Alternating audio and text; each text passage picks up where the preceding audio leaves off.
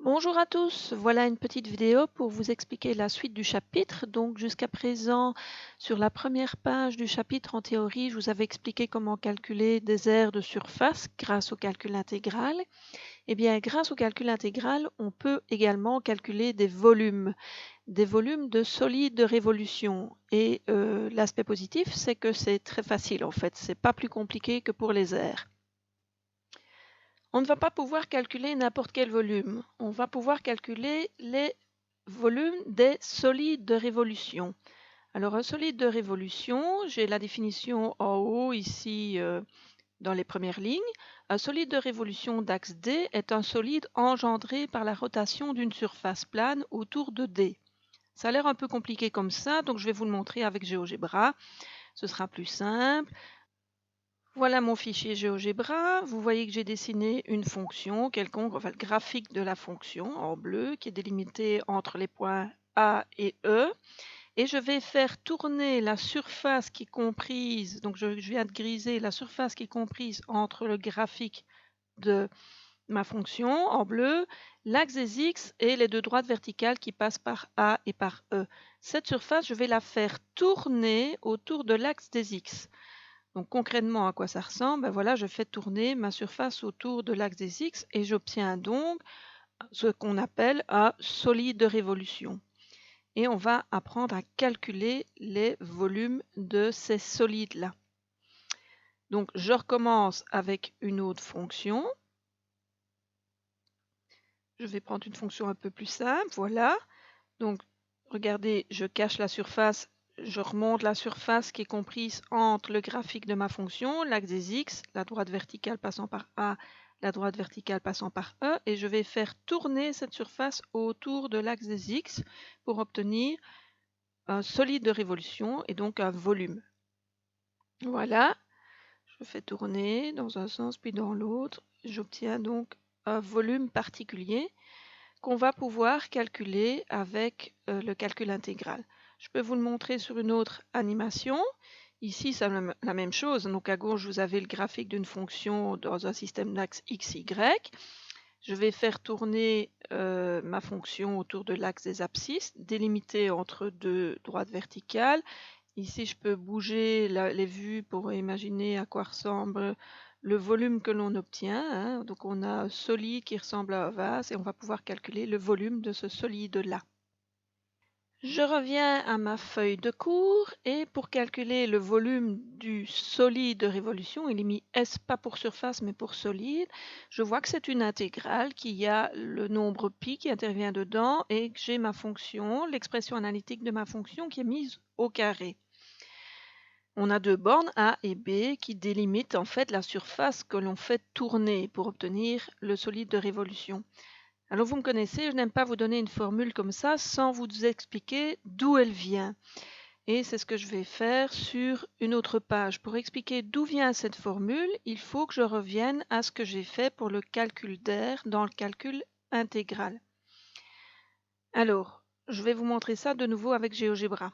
Voilà un fichier GeoGebra où j'ai représenté une fonction f dont l'expression analytique est f de x égale racine de x plus 2. Elle est représentée ici en dessous.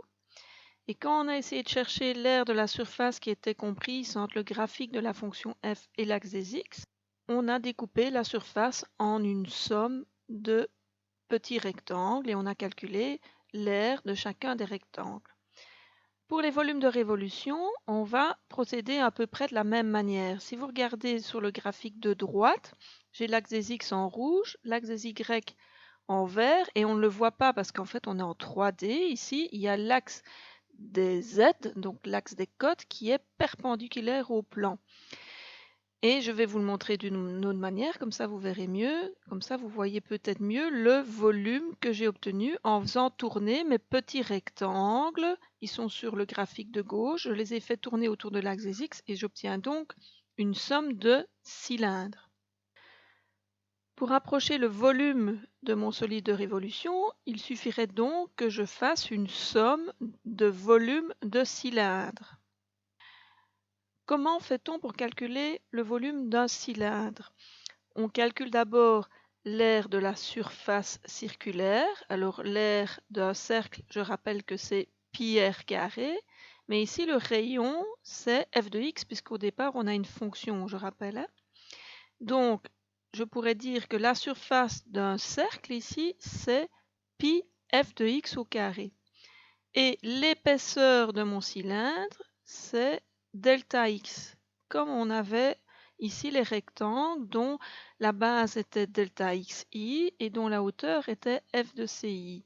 Ici, je vais avoir à droite des cylindres dont la base est un cercle, dont la surface vaut pi f de ci au carré, pi r carré, hein, donc pi f de ci au carré, et dont l'épaisseur c'est delta de xi. Pour résumer, je vais revenir à ce qu'on a vu dans le calcul d'aire de surface. Donc j'ai refait un petit résumé, je vais le reprendre tout de suite, le voilà. Donc si on avait une fonction qui était positive sur un intervalle AB et qu'on voulait calculer l'aire qui était compris, je vous le montre sur le petit graphique en bas à gauche, c'est plus simple. Si je voulais calculer l'aire de la surface hachurée en vert, il fallait que je calcule l'intégrale de A à B de f de x dx. En fait, cette intégrale, on a vu en théorie que c'était la limite d'une suite où chacun des termes était une somme, hein, le signe sigma ici, ça veut dire somme, d'aire de rectangle, parce que dans la somme, il y avait le f de ci qui représentait la hauteur des rectangles. Je vais vous le montrer ici en bas. Vous avez donc les rectangles ici. Le f de ci, c'est la hauteur d'un rectangle. Et le delta xi, c'était la largeur du rectangle. Donc quand vous faites le produit de la hauteur fois la largeur, vous avez l'aire d'un rectangle, le rectangle que je vais appeler le rectangle i, et vous faisiez la somme de tous les rectangles. Plus votre nombre de rectangles était important, plus vous rapprochiez, c'est pour ça qu'on a une limite de l'aire de la surface qu'il y a sous la courbe. Pour les volumes, c'est à peu près pareil, donc on a une fonction qui est positive, etc. Je vais vous montrer sur le petit dessin, c'est quand même un peu plus simple.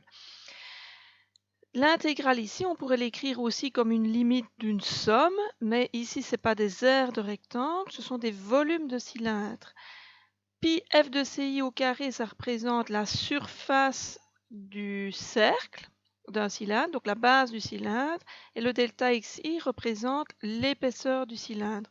Donc si vous faites la surface fois l'épaisseur, ça donne le volume, et on fait la somme des volumes de chacun des cylindres. Et donc on a une formule qui ressemble très fort à la formule du calcul intégral.